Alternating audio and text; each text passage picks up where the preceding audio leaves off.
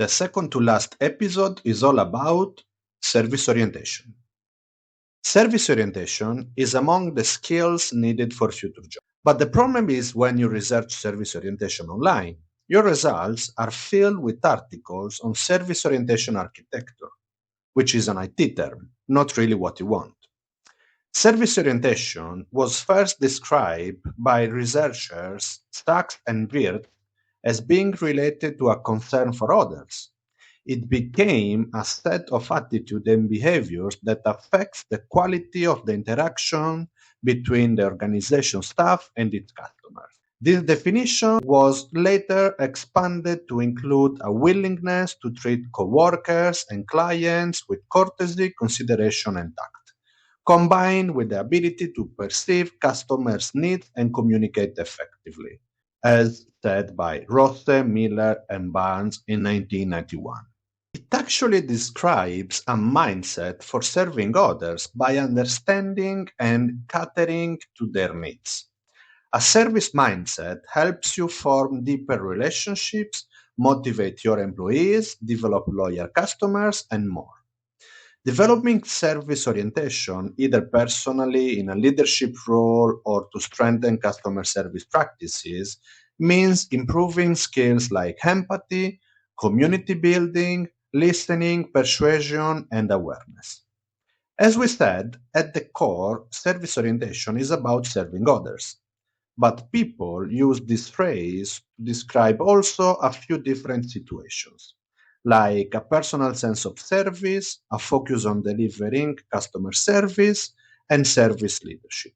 A personal sense of service. What is? The first way to think about service orientation is how you serve others or give back to your community. For example, you might volunteer your time to help others on a service trip or in a community volunteering. Customer service orientation. In business, service orientation is sometimes synonymous with customer service orientation, finding ways to go above and beyond while serving the customer. And service leadership. As a leader, your service orientation to your team members is often called service leadership. As an employee, instead, entrepreneur or a small business owner who wants to learn and master service orientation, you should follow these 5 points. Number 1, state why the service is of value. Why you are doing this in the first place. The emotional response you are aiming to have to customer feel, and the customer could be your boss. Number 2, the expected way to accomplish the service. How do you plan to create and deliver a service that's perceived as having a tremendous value? Question mark. Number 3, then use positive words. Just as important as positive thinking is for health, so is positive talk important for customers. In addition to visible nonverbal signals, it's important to convey a positive attitude toward customers' needs through meticulously chosen positive words. Such an approach ensures that customers perceive themselves to be heard, cared about, and respected while their problems are being dealt with. Number 4, learn to read your customers. To better understand the needs of your potential clients, first, it is important to create an ideal client profile. To do that, learn about the typical problems your competitors solve and find the areas in which you can provide a better service. After determining the demographics of your audience, ask for actual feedback by conducting interviews, hosting events, or sending out online surveys to take in exchange for a small value gift or a discount. And last, number 5, keep cool under pressure. That's very important.